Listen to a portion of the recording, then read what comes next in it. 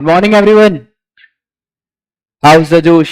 चलो, ऑडियो का video, video का ऑडियो, सब बराबर क्या दोस्त? कल हमने देखा था स्केड्यूल नंबर 3।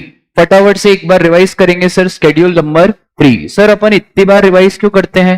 क्योंकि जितनी बार रिवाइज करोगे उतनी बार चीजें दिमाग में फिट होते जाएगी। अगर चीजों को रिवाइज नहीं करोगे तो भूलते जाओगे। चलो फटाफट से सर, स्केड्यूल नंबर 3 की हमने क्या पढ़ी थी? एक कहानी। कौन सी कहानी थी यार? सर, एक लड़का था जिसका नाम था, कुछ भी नाम था, जिसका नाम था पीयूष। पीयूष का झगड़ा हुआ था किससे? बोलो, पीयूष का झगड़ा हुआ था किससे? सर, प्रेरक सर से पीयूष का झगड़ा हुआ था। तो एक हमारा था एम्प्लॉय और एम्प्लॉयर। सर, फिर झगड़ा हुआ, कौन सा मैटर था सर झगड़े का? लैंड बिल्डिंग का मैटर था। ठीक है, पीयूष को चाहिए था कि मेरे को भी यहां पे रहने की जगह मिले। तो एक था हमारा एम्प्लॉय एम्प्लॉयर, एक था लैंड बिल्डिंग। सर, फिर ये झगड़ा कहां पे गया? कोर्ट। उससे पहले पीयूष ने बोला मेरे चाचा विधायक हैं, तो मेंबर ऑफ पार्लियामेंट, कॉन्स्टिट्यूशन। फिर झगड़ा हमारा कोर्ट में गया था। फिर उसके बाद पीयूष कोर्ट से हार गया, तो इसके दोस्तों ने बोला ठीक है, कोई दिक्कत की बात नहीं है, लॉटरी वॉटरी में पैसा लगाओ, एक्शनेबल क्लेम। और उसके बाद लॉटरी में भी हार गया, तो अल्टीमेटली पीयूष ने क्या करा? सुसाइड। ठीक है, तो ऐसे स्केड्यूल 3 में कितने ट्रांजेक्शन कवर्ड है सर? टोटल 6 ट्रांजेक्शन कवर्ड है। स्केड्यूल 3 में 8 ट्रांजेक्शन कवर्ड है, 6 इंटर में है, 2 फाइनल में पढ़ोगे। ठीक है, स्केड्यूल 3 में टोटल कितने ट्रांजेक्शन है? 8, 6 इंटर में है, 2 जाके कहां पढ़ोगे आप? CA final. ठीक है, बोलो बात क्लियर है क्या? चल, अब उसके बाद हमने एक और चीज देखी थी sir, inter state movement of truck trolley. ये ट्रक ट्रॉली का क्या था? अगर 2 डिस्टिंक्ट पर्सन के बीच में इंटर स्टेट मूवमेंट हो रहा है, तो ये जो व्हीकल है ना, इसके ऊपर कोई जीएसटी की बातें नहीं करेंगे, बस जो रिपेयर है इसके ऊपर जीएसटी की बातें करेंगे। एक और चीज, अगर एक बड़ी ट्रक के अंदर छोटी ट्रक जा रही है, तो ये जो छोटी ट्रक जा रही है ये तो सेल करने के लिए जा रही है, क्या अब इस छोटी ट्रक पे जीएसटी की बातें होगी? हाँ सर, अब इस छोटी ट्रक पे जीएसटी की बातें होगी। कब जीएसटी की बात नहीं होगी? जब ट्रक गई और ट्रक वापस आ गई। ट्रक गई और ट्रक वापस आ गई। पर अगर ट्रक गई सेल होने के लिए, या ट्रक के अंदर छोटी ट्रक गई, तो क्या इसको सप्लाई मानेंगे? हाँ सर, फिर इसको सप्लाई मानेंगे। बोलो बात क्लियर है क्या? अब वेरी वेरी वेरी इंपॉर्टेंट, सब इधर ही ध्यान देना, composite and mix supply. Exam में कंपोजिट और मिक्स सप्लाई का क्वेश्चन हमेशा आता है। सबसे पहले आपको समझना पड़ेगा ये वर्ड कंपोजिट, और फिर समझना पड़ेगा आपको क्या? मिक्स। उससे पहले मैं आपसे कुछ एग्जाम्पल चाहता हूं। मुझे आप वो सर्विसेज बताना जहां पे कुछ मिक्स होके चीजें मिलती है। एग्जाम्पल, मोबाइल फोन के साथ चार्जर। सर, आईफोन में वो नहीं मिलता, दूसरे मोबाइल फोन में। एग्जाम्पल, मोबाइल फोन के साथ चार्जर। तो आपका काम है कि मुझे कम से कम 10 चीजें बताओ जहां पे मुझे चीजें मिक्स होके मिलती है। एक मैंने आपको बता दी कि मोबाइल फोन के साथ चार्जर। चलो हो जाओ शुरू। बहुत बढ़िया सर, टीवी के साथ टीवी का स्टैंड। ठीक है, है सही में? अच्छा, जार, मेरे को लगा ग्लास, सॉरी, है ना। मिक्सर के साथ क्या? जार। ठीक है, और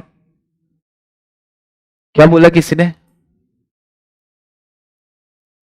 नहीं, हाँ ठीक है, फैन इक्विपमेंट्स भी अलग अलग कंबाइन होके फैन बनता है। और अरे एजुकेशन सर, कोचिंग के साथ नोट्स।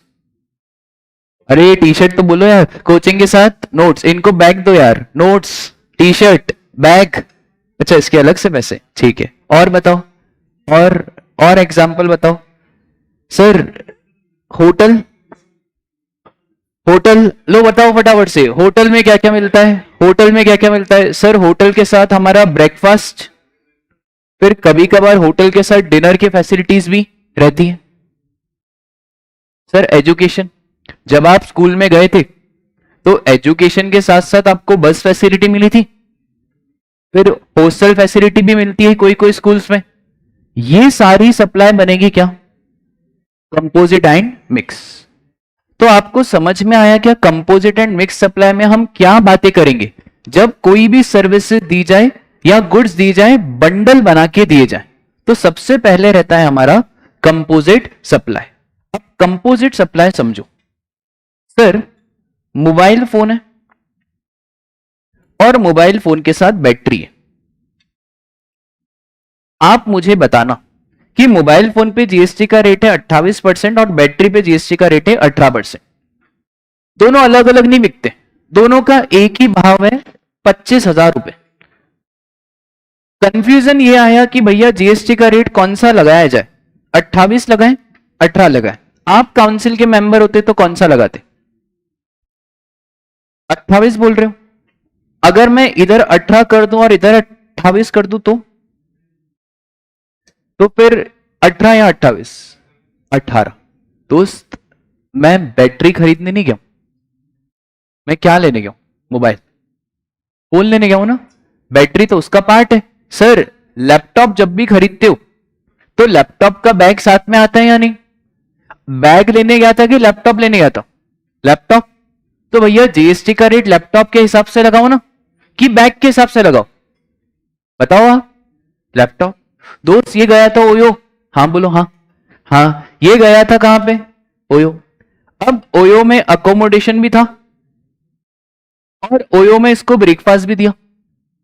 मुझे तुम बताओ वहां पे खाना खाने गए थे कि रहने गए थे? स्माइल तो देखो सर। बोले सर खाना तो मैं घर पे भी खा सकता हूं, मैं क्यों गया था वहां पे? रहने, प्राइवेसी है ना। तो मैं रहने गया था, तो किसके कौन सा इंपॉर्टेंट है? अकोमोडेशन।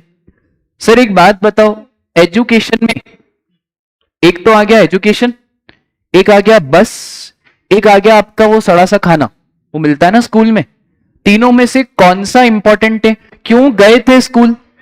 एजुकेशन। कोई मत बोलना खाने के लिए गए थे, खाने के लिए नहीं गए थे। किसके लिए गए थे? एजुकेशन। ठीक है, अभी रुको अभी रुको। सर कंपोजिट सप्लाई का मतलब क्या होता है? कंपोजिट सप्लाई का मतलब होता है जहां पे दो या दो से ज्यादा टैक्सेबल सप्लाई हो, नेचुरली बंडल्ड हो। नेचुरली बंडल्ड का मतलब यह है कि सर ऐसे ही मिलता है। नेचुरली बंडल्ड मतलब ऐसे ही मिलता है, जानबूझ करके बेचने के लिए बंडलिंग नहीं कर रहे हैं। फॉर एग्जाम्पल मोबाइल फोन के साथ बॉक्स मिलता ही है, लैपटॉप के साथ बैग मिलता ही है। ऐसा जानबूझ करके हम ऐसा नहीं कर रहे कि हमारा बैग नहीं बिक रहा है तो हमने लैपटॉप के साथ बैग बेच दिया, ऐसा नहीं होता। इसे बोला जाता है क्या? Naturally bundled. और एक आइटम प्रिंसिपल होना चाहिए, एक आइटम मेन होना चाहिए, एक आइटम मुख्य होना चाहिए। तो जीएसटी का रेट लगाएंगे कौन से आइटम के हिसाब से? प्रिंसिपल। जो प्रिंसिपल आइटम का रेट होगा उसके हिसाब से जीएसटी रेट लग जाएगा। Sir O sir, for example hotel की सर्विसेज, होटल की सर्विसेज आप गए रेडिसन, रेडिसन वाले ले रहे हैं 12,200। अब 12,200 में क्या क्या मिल रहा है सर आपको? अकोमोडेशन हो गया, ब्रेकफास्ट हो गया, वाईफाई हो गया, स्विमिंग पूल हो गया, स्पा हो गया, ये सारी एक्टिविटीज आपको मिल रही। खाना खाने गए थे, वाईफाई चलाने गए थे, फीस थोड़ी है ये। आधे जने कोचिंग पे इसलिए भी आते कि यहाँ पे फ्री में वाईफाई चलाने का मौका मिलता है। सर स्विमिंग पूल स्पा नहीं, मेन क्या था? अकोमोडेशन। भले सब पे जीएसटी का रेट अलग अलग है पर हमें कौन सा रेट लगाना है? अकोमोडेशन। कौन सा रेट लगाना है? अकोमोडेशन। मतलब अगर उसने 12,200 चार्ज करे तो 12,200 में क्या प्लस करोगे? 18%। तो 12,200 प्लस 18%। बोलो बात क्लियर है क्या? इसको बोला जाता है क्या? Composite supply. Sir composite supply तो ठीक है,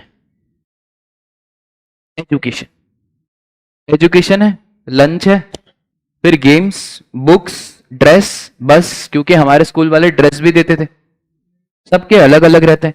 अब मैं आपके नॉलेज के लिए बता दूं, education is exempt from GST. Education पे कोई जीएसटी की बातें नहीं होती। ये कौन सी सप्लाई हुई? Composite supply. कौन सी सप्लाई हुई? ये कंपोजिट। इंपॉर्टेंट क्या है? एजुकेशन।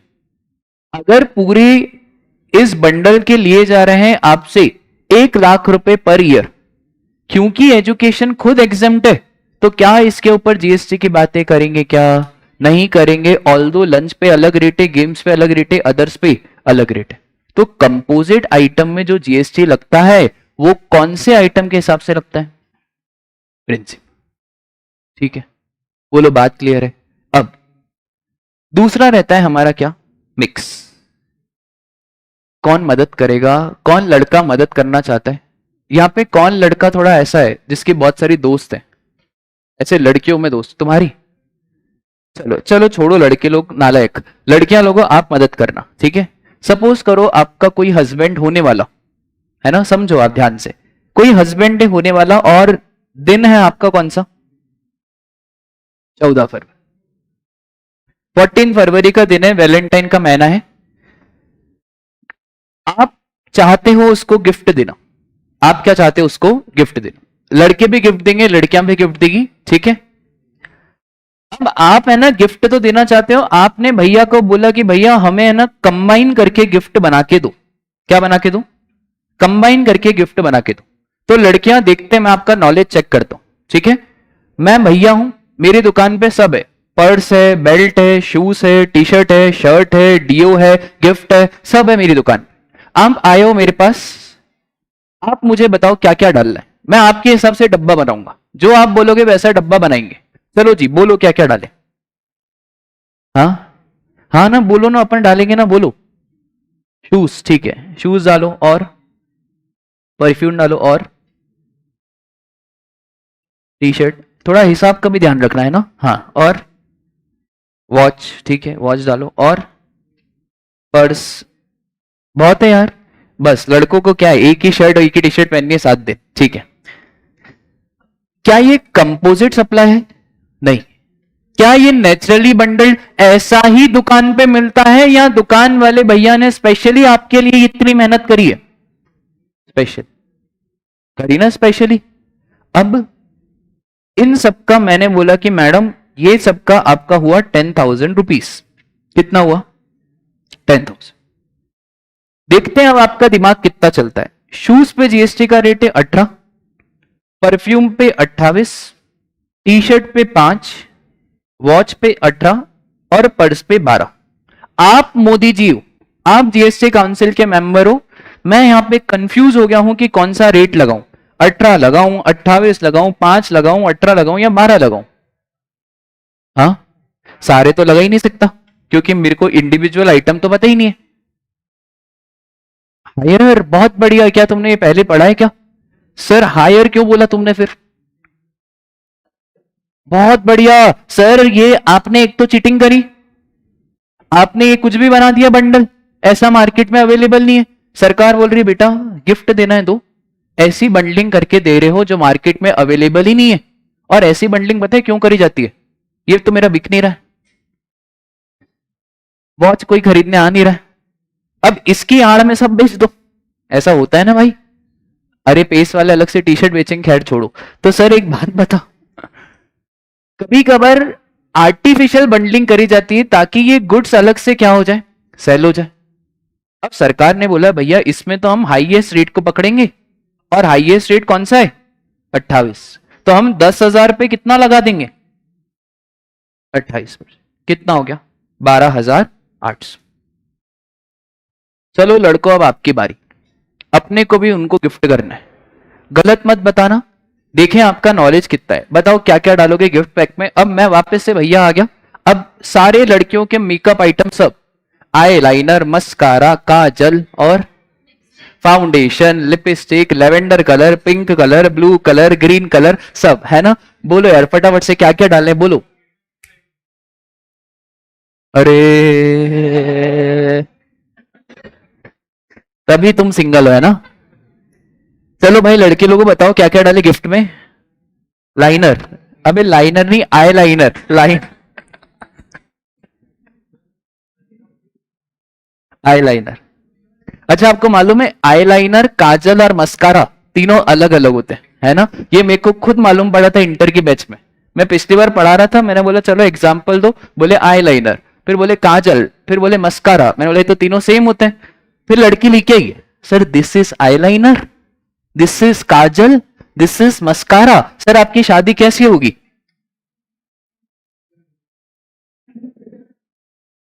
और बोलो, और क्या क्या दे भाई, क्या दे? ये क्या होता है? ब्रश की ब्लश, ये क्या होता है भाई? ये मेरे को भी नहीं पता यार। और तुमको नॉलेज लग रहा है, सब चुप हो जाओ। हाँ जी बोलो। हाँ ना, लिख लिया ना, और बोलो ना। Lipstick, wow. और कंघी, कंघी भी। और लड़कियां आप ही बता दो, इनमें नॉलेज कम है। अच्छा, ये कोई नेचुरली दुकान पे ऐसा मिलता है या भैया को अलग से मेहनत करनी पड़ेगी? सर अलग से मेहनत करनी पड़ेगी। Now this is not a composite supply, this is what, mix supply. मैंने आपके लिए पिछली क्लास से एग्जांपल रेडी रखा है वैलेंटाइन का। Chocolate, teddy, perfume, gift card, handbag, eyeliner, सबका अलग अलग रेट है। कौन सा हाईएस्ट रेट है? तो 5,000 रुपए का डब्बा बना के दिया, इस पे हाईएस्ट रेट कितना लग जाएगा? 28%। बोलो बात क्लियर है क्या? तो सर मिक्स सप्लाई का मतलब क्या हुआ? जहां पे कोई प्रिंसिपल आइटम नहीं है। हम कैसे माने क्या इंपॉर्टेंट है? मालूम ही नहीं है क्या इंपॉर्टेंट है। प्लस नेचुरली बंडल कराए या आर्टिफिशियली बंडल कराए? आर्टिफिशियली। और 2 और मोर टैक्सेबल सप्लाई। रेट एक होना चाहिए। रेट क्या होना चाहिए? एक। अगर दुकान वाले भैया ने सबका अलग अलग रेट लिखा है, ध्यान देना, सबका अलग अलग रेट लिखा है, तो नाइदर कंपोजिट नॉर मिक्स। अगर सबका अलग अलग रेट मालूम है तो फिर उस रेट के हिसाब से लगाओ ना। जैसे जनरली कार के केस में ऐसा होता है, कार वाले भैया क्या करते हैं ना, कार अलग, रिपेयर अलग, स्पेयर पार्ट्स अलग। क्योंकि सर वो जो स्पेयर पार्ट्स है वो बहुत महंगे आते हैं, तो रिपेयर का अलग से लिखते हैं अमाउंट, स्पेयर का अलग से अमाउंट लिखते हैं। जब अलग से अमाउंट लिखा है और अलग से जीएसटी रेट पता है, तो नो कंपोजिट नो मिक्स। तो फिर आप नॉर्मल प्रोविजन लगा देना, इसका जीएसटी अलग, इसका जीएसटी अलग और इसका जीएसटी अलग। बोलो क्लास, डन है क्या? पक्का? कंपोजिट मिक्स पक्का क्लियर है? कंफ्यूज तो नहीं होगे क्या कंपोजिट क्या मिक्स? पक्का? पूछ लो एक दो क्वेश्चन।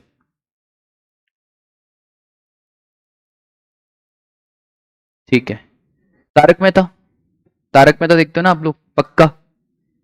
भिड़े भाई ने टूथपेस्ट खरीदी विथ सिटी, कंपोजिट और मिक्स, है ना? ऐसी तो टूथपेस्ट मार्केट में मिलती है। किसने बोला मिलती है? किसने बोला मिलती है? कभी दुकान पे गए हो, भैया सिटी वाली टूथपेस्ट दे दो, ऐसी कोई मार्केट में नहीं मिलती है। नेचुरली बंडल नहीं है ये, आर्टिफिशियली बंडल्ड है। ये कंपोजिट नहीं है, ये क्या है? मिक्स। कंफ्यूज ना होवे, कंपोजिट का मतलब होता है कि मार्केट में ऐसा ही अवेलेबल है, एजुकेशन इंडस्ट्री में ऐसा ही अवेलेबल है कि किताब मिलेगी, कोचिंग इंडस्ट्री में ऐसा ही अवेलेबल है। ठीक है, बोलो बात क्लियर है क्या? सर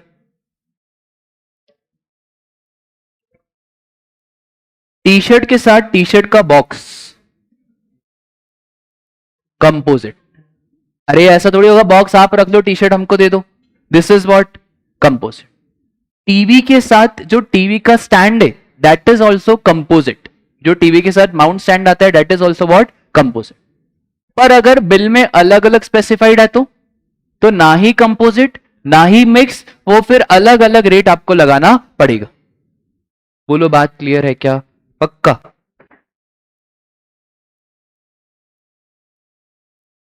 ये रोज स्वच्छता की गाड़ी आती है यार। मोदी के साथ अमित शाह, कंपोजिट या मिक्स? कंपोजिट, देख रहे हो?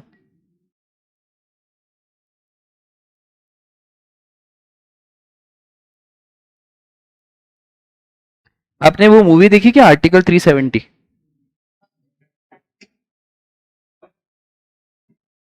नहीं मत जाना, बहुत ही बकवास मूवी है, आपको समझ में ही नहीं आएगी।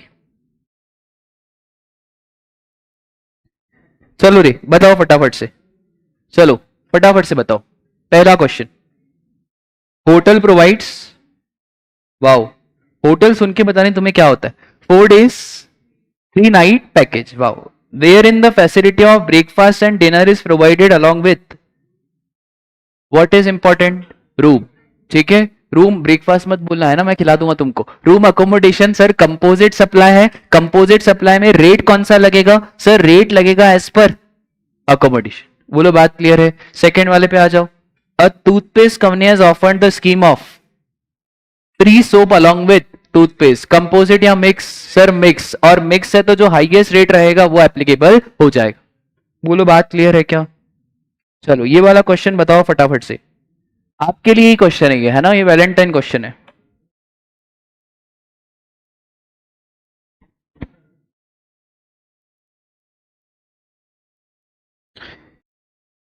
ना. मैंने एक पोस्ट रिजल्ट पेज में आपको एक कोड भेजा है. जब भी अपन क्लास शुरू करेंगे ना तो ये कोड आप रोज से बोलेंगे. ठीक है.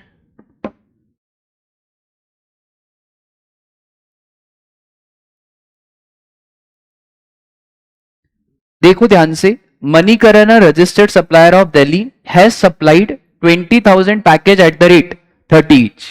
20,000 पैकेज बेच रहे हैं और एक पैकेज का रेट कितना है 30 रुपए. Each package consist of 2 chocolate है, 2 फ्रूट जूस है and a packet of toy balloon. बताओ कुछ भी बनाते हैं यार ये लोग. चॉकलेट 18, फ्रूट जूस 12 और टॉय बलून कितना 5. भैया कंपोजिट और मिक्स. मिक्स कौन सा रेट लगेगा. अब सुनो ध्यान से. पूछा क्या है रेट. बस रेट ही बता के आना. जो पूछा है वो ही बता के आना. ठीक है. आपको पता होगा वापस से वो कॉपी चेकिंग का मुद्दा उठ रहा है. देखो कॉपी चेकिंग का मुद्दा सिंपल रहता है. इंस्टीट्यूट के लोगों को कुछ ज्यादा पता नहीं रहता है. जैसा क्वेश्चन दिया गया उनके पास सजेस्टेड कॉपी आती है. वो सजेस्टेड आंसर में जो लिखा रहेगा उसके हिसाब से आपको नंबर मिलेंगे. तो अगर इसी क्वेश्चन की मार्किंग हो तो पहला अगर ये 4 नंबर का क्वेश्चन है तो मैं आपको बताता हूं कैसे मार्किंग होगी. प्रोविजन के आपके रहेंगे 1 नंबर. ठीक है. फिर उसके बाद फैक्ट्स के कोई नंबर नहीं रहते. एनालिसिस के आपके रहेंगे 2 नंबर इसी बात के कि ये कंपोजिट है या मिक्स. और लास्ट में कंक्लूजन में सिर्फ आपको वो रेट लिख के आना है कौन सा rate applicable. Sir extra knowledge के लिए हम बिल भी बना के आए. बना दो, उससे कोई लेना देना नहीं. अगर इसका बिल बनाना होगा तो कैसा बनेगा. 20,000 इंटू 30 कितना हो गया ये 6 लाख प्लस कितना परसेंट 18 और फिर टोटल आ गया हमारा बिल. ये पूछा नहीं है, ये पूछा नहीं है पर एक्स्ट्रा नॉलेज के लिए आप कर सकते हो. बोलो बात क्लियर है क्या. पक्का. तो देखो आपको सबसे पहले समझाना पड़ेगा what do mean by mix supply. ठीक है. अब कोई भी बच्चा ऐसा नहीं करे कि डायरेक्ट लिख के आए as per section 2 of CGST act. मैं पहले ही कह रहा हूं सेक्शन 2 में सारी डेफिनेशन दी रहती है. लिख रहे हो सेक्शन तो क्लॉज के साथ लिखो वरना मत लिखो. अगर आप ऐसा भी लिखोगे ना एज पर सेक्शन 2 ऑफ सीजीएसटी एक्ट तो बेटा गलत हो जाएगा क्योंकि उसमें इतने सारे क्लॉजेस दिए. एग्जामिनर को बेवकूफ नहीं बनाना है. आप डायरेक्ट ऐसा लिखे हो ना as per the provision of CGST act 2017 चलेगा दौड़ेगा. ठीक है. तो सर मिक्स सप्लाई मतलब कंसिस्ट ऑफ 2 और more individual supply supplied independently or supplied for a single price. It is not naturally bundled. बस फिर डिस्कशन एंड कंक्लूजन. बोलो बात क्लियर है क्या. सर 37 वाला क्वेश्चन बताओ फटाफट से. हाँ डमडम इलेक्ट्रॉनिक्स एग्जाम में आया था ये 5 नंबर का. आधे बच्चे इसको गलत करेंगे मैं पहले ही बोल दे रहा हूं.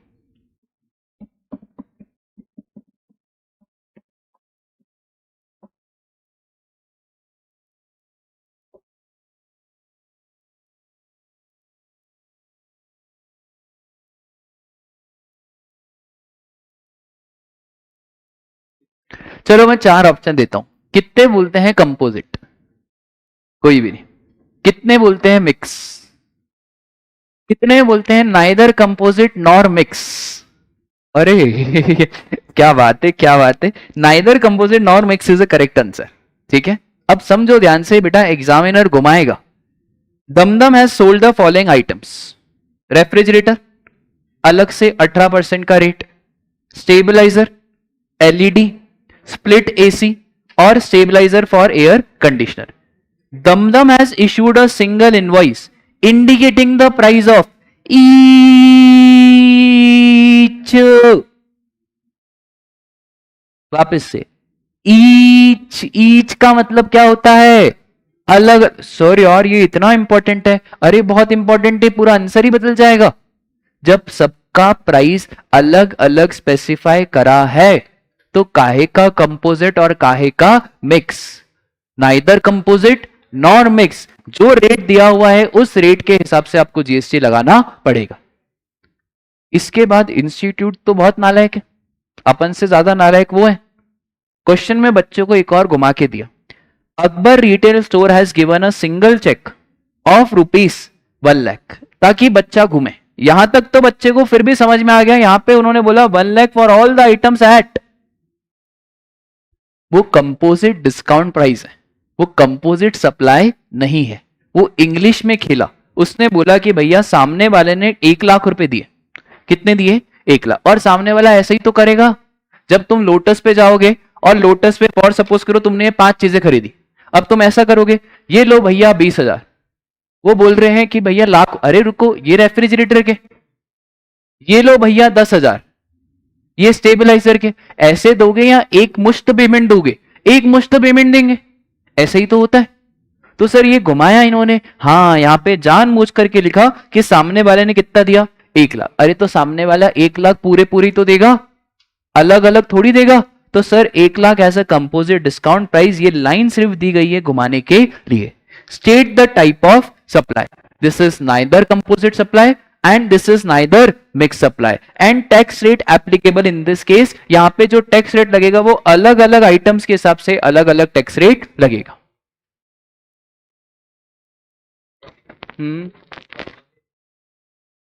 ठीक है, ठीक है, ठीक है।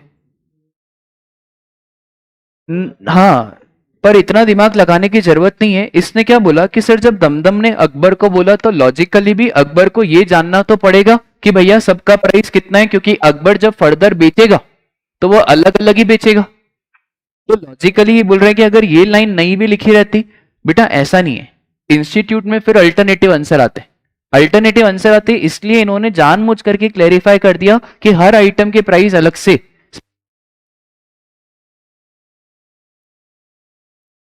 हेलो हेलो, बढ़ू आगे, बढ़ू आगे। ये आ जाओ बेटा, आपकी शादी का क्वेश्चन है, आ जाओ फटाफट से। पहला इन्होंने पूछा explain composite and mix supply, क्या हम समझा देंगे? हाँ आगे, if a trader launches a package sale of marriage, ध्यान दो मैरिज की बात हो गई। If a trader launches a package sale of marriage, क्या क्या बेच रहे हैं बताओ? मैरिज के सामान में बिक रहे, double bed, refrigerator, washing machine, wooden wardrobe at a single rate.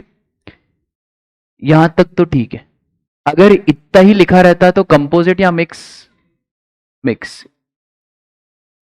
इतना लिखा रहता तो मिक्स। अब इन्होंने क्या बोला? He is issuing invoice showing the value of, तो क्या नाइदर कंपोजिट नॉर मिक्स? बोलो बात क्लियर है क्या? पक्का पक्का पक्का पक्का पक्का पक्का पक्का।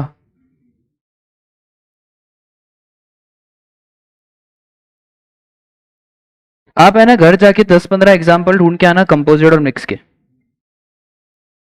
ये बताओ फटाफट से 27 के तीनों।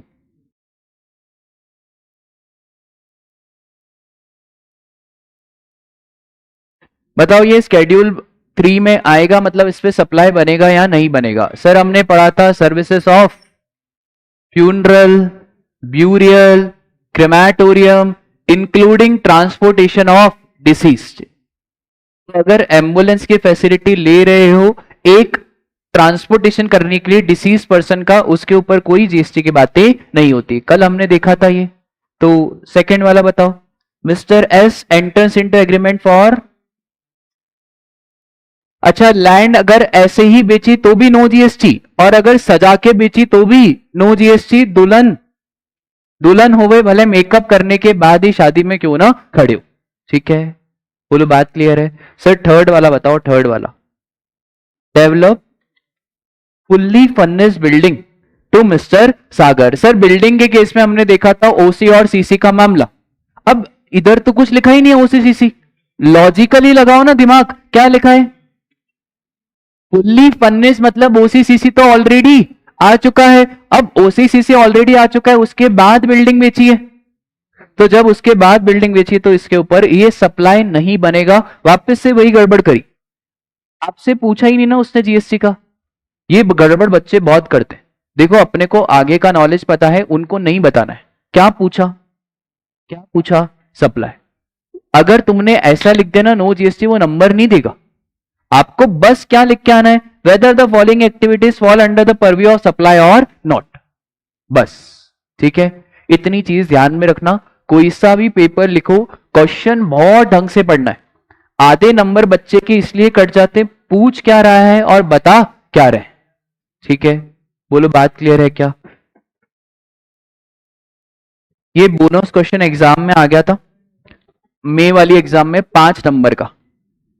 Enumerate the activities which shall be treated neither as a supply of goods nor as a supply of services, या स्केड्यूल 3 की नेगेटिव लिस्ट आप बता दो। ठीक है, ये बोनस क्वेश्चन एग्जाम में आ गया था, आपके एग्जाम में भी आ जाए तो बहुत ही बढ़िया।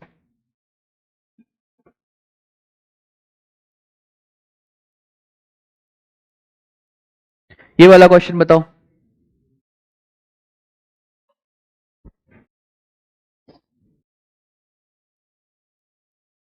दिख रहा है दोस्त?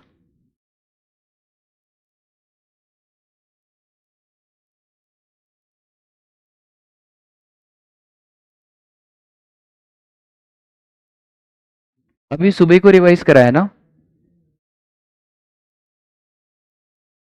हाँ जी, कहो कहो कहो। बहुत बढ़िया। वो जो इंटरस्टेट ट्रक गई है ना, वो interstate truck is not a supply, पर जो वो रिपेयर पर्पस के लिए गई है, वो जो रिपेयर का कंपोनेंट है ना, उस रिपेयर के अमाउंट पे ही जीएसटी की बातें होगी। सर देखो ये क्वेश्चन भले बड़ा बना है, आपका लॉ क्लियर होना चाहिए, फिर क्वेश्चन 2 पेज का ही क्यों ना बन जाए। तो Gagan engineering registered in Haryana is engage in providing maintenance and repair services. Gagan भाई क्या कर रहे हैं?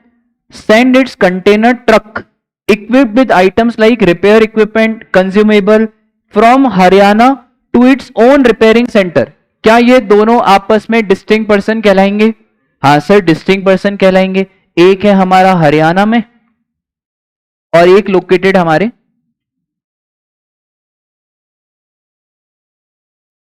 अब जनरली क्या होता है, क्लाइंट की मशीनरी हरियाणा में नहीं आती, क्लाइंट की मशीनरी कहां जाती है? अदर से। और अब हमको रिपेयर करना है, रिपेयर के पार्ट्स कहां से जाते हैं? हरियाणा से। हरियाणा से हमारी गाड़ी जाती है और इस गाड़ी में रिपेयर के पार्ट्स जाते हैं। अब ये गाड़ी तो वापस से आ जाएगी और रिपेयर के पार्ट्स भी वापस से आ जाएंगे, पर वहां पे जो रिपेयर की सर्विसेज ली जाएगी, क्या उसके ऊपर हम जीएसटी की बात करेंगे? हाँ, ये जो ट्रक गई, ये जो ट्रक के अंदर सामान गया, क्या इसके ऊपर कोई जीएसटी की बात होगी? नहीं होगी। बस वो जो रिपेयर सर्विसेज है ना, उसके ऊपर ही जीएसटी की बातें होगी। बोलो बात क्लियर है क्या? पक्का? बहुत सिंपल है, आपको बस इतना सा ध्यान रखना है, क्या वापस आ जाएगा?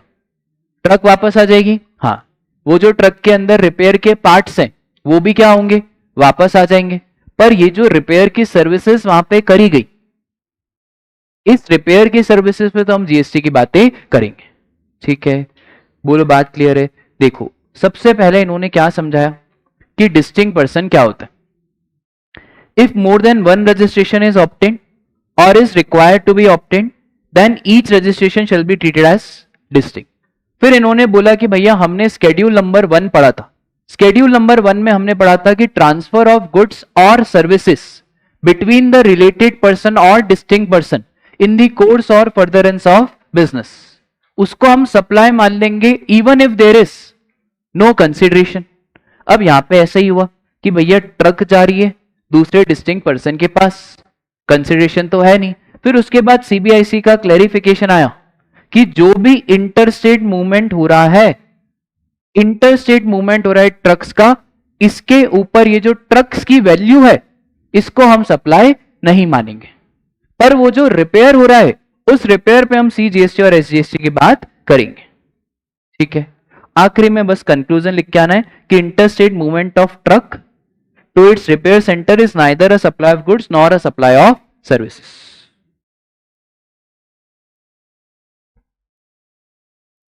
बहुत बढ़िया। रिपेयर का सामान वापस आ रहा है, अगर वापस ना आके इधर ही सेल आउट हो जाता तो फिर वापस से रिपेयर के सामान पे भी GST की बातें करते, पर जनरली ऐसा नहीं होता है। रिपेयर का सामान तो वापस आएगा ना, रिपेयर का सामान जा रहा है, सामने वाले कंज्यूमर को तो बस रिपेयर कराना है अपनी गाड़ी पे, ठीक है। ये हो गया था, ये हो गया था। दोस्त, कंपोजिट और मिक्स सप्लाई में बहुत सारे सर्कुलर आए और उन सर्कुलर में सबसे पहला सर्कुलर है हमारा प्रिंटिंग इंडस्ट्री। सोच समझ के बताना कि सर साहिल सर को जब अपनी बुक बनवानी है तो बुक बनवाने के लिए मुझे प्रिंटिंग वाले भैया को क्या क्या देना पड़ेगा? कंटेंट। क्या सिर्फ कंटेंट दे या कॉपीराइट भी ट्रांसफर करना पड़ता है? कॉपीराइट ट्रांसफर करना पड़ता है। सिर्फ कंटेंट देने से सामने वाले को ऑथोरिटी नहीं मिल जाती है बुक को प्रिंट करने की, तो मुझे कंटेंट भी देना पड़ेगा प्लस कॉपीराइट भी ट्रांसफर करना पड़ेगा। अच्छा, सामने वाला भैया क्या क्या लगाएगा? सर पेपर लगाएगा, प्रिंट करेगा, प्लस कवर लगाएगा, प्लस उस पर बाइंडिंग करेगा। This is now composite supply. अब एक बात बताओ, इंपॉर्टेंट क्या है? पेपर इंपॉर्टेंट है, बाइंडिंग इंपॉर्टेंट है, कि सर प्रिंट इंपॉर्टेंट है, वो कंटेंट इंपॉर्टेंट है? प्रिंट इंपॉर्टेंट है, तो सर है तो ये कंपोजिट सप्लाई, पर इस कंपोजिट सप्लाई में प्रिंसिपल सप्लाई क्या है? आया समझ में? तो मैं यही तो कहता हूं कि content is important, colour is not important. खैर छोड़ो, कंटेंट इज इंपॉर्टेंट, कलर का क्या करना है? तो सर कंटेंट बहुत इंपॉर्टेंट है, ठीक है। तो यार समझो ध्यान से, जब हम पेपर दे रहे हैं, प्रिंट दे रहे हैं, तो वहां पे what is principal supply? Print is a principal supply. दूसरा केस, कार्ड, एनवलप। आपको मालूम है ये जो शादी के कार्ड आते हैं, यहां पे कंटेंट इंपॉर्टेंट है कि सर कंटेंट तो सबके शादी का सेम ही होता है, सेम होता है। फलाना फलाना की शादी है, फिर ऊपर उसका नाम, फिर नीचे। मेरे पास है ना कार्ड, नहीं मेरे फ्रेंड की शादी का, हाँ ये रहा। क्या कार्ड आते हैं आजकल, है ना। तो फिर डैश वेड्स डैश, फिर मेहंदी फंक्शन, मेहंदी फंक्शन है 12 मार्च को, फिर कॉकटेल एंड रिसेप्शन 12 मार्च, फिर बारात 13 मार्च, फिर वेडिंग, और फिर आखिरी में लिखा हुआ है स्पेशल रिक्वेस्ट। क्या सारे कार्ड ऐसे ही होते हैं? हाँ, सब कार्ड में कंटेंट इज मोर और लेस सेम। अब कंटेंट में क्या, उसको शॉर्ट कंटेंट थोड़ी लिखेंगे, चार्ट बुक बना के थोड़ी भेजेंगे। कार्ड में what is important, content important है कि कार्ड इंपॉर्टेंट है? कार्ड। आजकल तो वो जमाना गया दोस्त, एक जमाना होता था कि जब घर में कार्ड आता था ना, और मैं और मेरा भाई इसी बात पे झगड़ा करते थे कि कार्ड खोलेगा कौन। वो ऐसा एक्साइटमेंट रहता था क्योंकि पहले के जमाने में अलग अलग कार्ड आते थे। अब किसी के कार्ड आते थे बिल्कुल ऐसे सीधे 10 रुपए के, और किसी के कार्ड आते थे 100 रुपए के। अलग ही कार्ड देखे तो लगता था यार इसकी शादी में तो जाना पड़ेगा। आजकल तो व्हाट्सएप का जमाना है, आजकल कहाँ ही कार्ड आते हैं। तो सर कार्ड के केस में व्हाट इज इंपॉर्टेंट? कार्ड। तो वहां पे भी कंपोजिट सप्लाई है, पर वहां पे कीमत किसकी है? पेपर। आ रही है बात समझ में? फॉर एग्जाम्पल, इसको सॉरी का कार्ड लिखना था किसी को। अब सॉरी के कार्ड अलग अलग आते हैं, एक आता है 5 रुपए का सादा कार्ड, इतनी मेहनत भी मत कर, कॉपी का पन्ना फाड़, लिख सॉरी। एक सॉरी का कार्ड मैं लेने गया था भैया 500 रुपए का। मैंने बोला भैया ये क्या है? बोले आपको लेना है तो लो, नहीं लेना है तो जाओ, हमारे यहां बहुत आते हैं आपके जैसे। वो ऐसा रहता है ना यार, तुम्हारे ये सीए की जर्नी में हमारा भी ऐसा रहता था कि किसी से नैन लड़ रहे हैं, किसी से इश्क हो रहा है, तो उस टाइम पे ऐसा पैसा वैसे थोड़ी देखते हैं। आर्टिकल चिप में मिल 1500 रहे, उस 1500 में से भी भाई साहब 500 रुपए का क्या लेके आ रहे? कार्ड। अब दिक्कत कार्ड की नहीं है, कार्ड देखने के बाद भी अगर वो ना माने और वो कार्ड में ही खाना खाए, बस ऐसा ही हुआ है ना। तो कार्ड कितने का है? 500। कंटेंट कुछ नहीं है, कंटेंट वही कॉपी पेस्ट, वो सॉरी लिखा हुआ है और वही कॉपी पेस्ट, वहां पे कंटेंट की कोई कीमत नहीं है। तो सर कार्ड हो गया, एनवलप हो गया, टिश्यूज, नैपकिन, ये सब में इंपॉर्टेंट है हमारा गुड्स, यहाँ पे इंपॉर्टेंट है हमारा पेपर, यहाँ पे इंपॉर्टेंट है हमारा कार्डबोर्ड, यहाँ पे इंपॉर्टेंट है हमारा वो एनवलप। बात क्लियर है क्या? तो सर बुक हो गया, एनुअल रिपोर्ट हो गया, सबके एनुअल रिपोर्ट का कंटेंट अलग अलग दिखेगा, रिलायंस अलग, एचयूएल अलग। वहां पे इंपॉर्टेंट क्या है राजा? वहां पे इंपॉर्टेंट इज प्रिंट, वहां पे पेपर इज नॉट इंपॉर्टेंट, वहां पे वो कंटेंट की कीमत है। और यहां पे कंटेंट कुछ होता ही नहीं है, यहां पे उस कार्डबोर्ड की कीमत है, यहां पे उस एनवलप की कीमत है। बोलो बात क्लियर है क्या? पक्का? सर तो साहिल सर ने प्रिंटिंग पॉइंट पे सादा पेपर, कलर, कार्ड ये सब लगाया, व्हाट इज इंपॉर्टेंट? अगर कार्ड के केस में क्या इंपॉर्टेंट है? सर कार्ड के केस में तो पेपर इज इंपॉर्टेंट। बोलो बात क्लियर है क्या? पक्का? तो एक चीज याद रखना, कोई भी चीज अगर बाइंडिंग फॉर्म में दी जाए, बाइंडिंग फॉर्म में जनरली हम पूरा का पूरा कंटेंट देते हैं, उसको काय का कंपोजिट मानेंगे? प्रिंट। और अगर कोई भी लूज फॉर्म में दिया जाए तो फिर उसको काय का मानेंगे? पेपर। एक बात बताओ, जब पेस वाले आपको वो एनवलप देते हैं, वो एनवलप देते हैं ना, वो ये फैकल्टी फलाना फलाना सब्जेक्ट पढ़ाएगा, ठीक है, वहां पे what is important? Content important है कि सर वो कागज इंपॉर्टेंट है? कागज इंपॉर्टेंट है वहां पे कंटेंट इंपॉर्टेंट होता है तो सादे कागज में भी लिख के दे देते। सादे कागज में लिख के दिया कि वो अलग से एनवलप आया, अलग से। एक और चीज समझना, ये जो बुक है इसका जो पेज का रेट है वो 1 रुपीज है। वो कितना है? 1। और वो वाली जो बुक है ना, वो मतलब जो ब्रोशर है उसका रेट है 25 रुपीज। अब हमने प्रिंटिंग वाले भैया को बोला यार इस बुक का 1 रुपए, वो बोल रहे हैं काम करो इसको भी सादे कागज में छपवाओ। बोले वो जो कागज है ना वही 10 रुपए का है। तो वो जो कभी आपने उठाया हो वो प्रिंटिंग ब्रोशर वाला कागज, तो वहां पे कीमत किस बात की है? वो पेपर और एनवलप की कीमत। ठीक है, आप हमेशा याद रखना, कंफ्यूज मत होना। कोई भी लूज फॉर्म में दिखे, कौन से फॉर्म में दिखे? लूज फॉर्म में, तो उधर काय की कीमत है? पेपर। और कोई भी बाइंडिंग फॉर्म में दिखे, जैसे बुक हो गया, एनुअल रिपोर्ट हो गया, तो उधर काय की कीमत है सर? प्रिंट।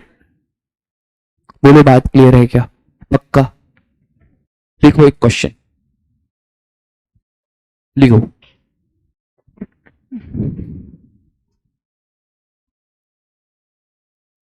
प्रेरक सर प्रिंटेड, हंसना मत कोई भी, है ना। Prerak sir printed annual report of Pace Educare private limited. Prerak sir printed annual report of Pace Educare private limited.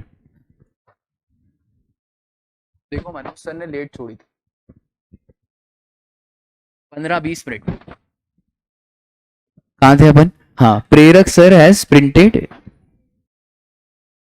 Annual report of Pace Educare private limited. Printing point charges, printing point charges लिखो। Paper 20,000, ठीक है, paper 20,000। फिर लिखो binding charge 10,000,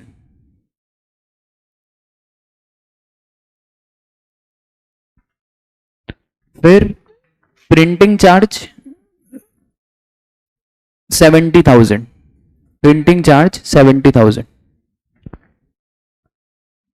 printing point has charged, printing point has charged consolidated amount of 80,000, printing point has charged consolidated amount of 80,000 for the same। ठीक है, GST rate on paper, GST rate on paper 5%। फिर printing 12% और book binding 18%। ठीक है, आप bill बना के बताओ कितने का बिल बनेगा। अच्छा मुझे एक बात बताओ, this is a composite supply or a mix supply? Sir this is a composite supply, this is a composite supply. अच्छा कंपोजिट सप्लाई में ये मैटर नहीं करता कि भैया क्या क्या भाव है। सामने वाले ने सिंगल रेट कितना चार्ज करा है? 80,000। इस 80,000 पे राजा जीएसटी का रेट क्या लगाओगे? प्रिंटिंग का रेट कितना है? 12। अरे important is what? Printing. Printing का रेट कितना है? 12। तो अगर प्रिंटिंग का 12 है तो लगाओ यार 80,000 पे 12% कितना क्या आ रहा है? टोटल आ रहा है कितना? 89,600। क्लियर है क्या? पक्का? अरे यार आज आपको पढ़ाने का मन हो रहा है। चलो आज के लिए बस इतना ही, मिलते हैं कल।